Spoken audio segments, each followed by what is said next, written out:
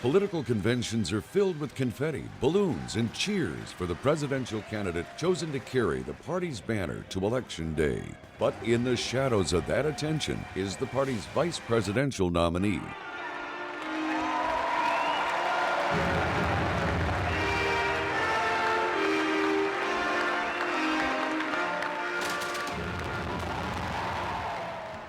For more than 200 years, U.S. voters have marked their November election ballots for two people running together on a party's White House ticket, one for president, the other for vice president.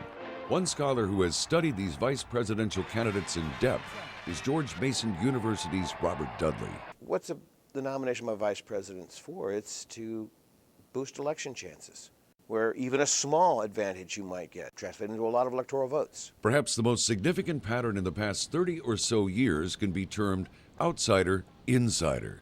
Since Democrat Jimmy Carter won the White House in 1976, a number of politicians have campaigned for the presidency with the theme of an outsider coming to a so-called broken Washington to fix it.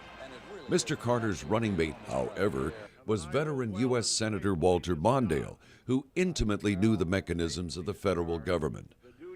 In 1980, when Republican outsider Ronald Reagan was elected to change Washington, he chose a very experienced Washingtonian, former ambassador and CIA Director George Herbert Walker Bush. In 1992, Democrat Bill Clinton came to Washington from Arkansas with an insider, Senator Al Gore.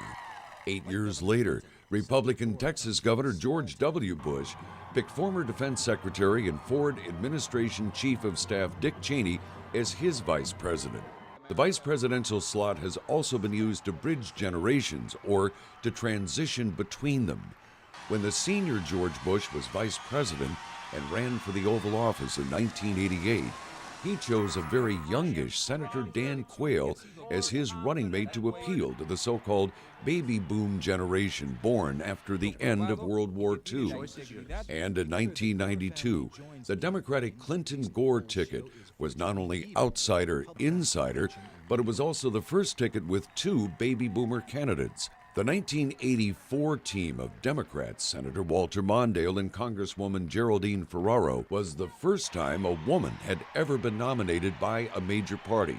My fellow citizens, I proudly accept your nomination for Vice President of the United States.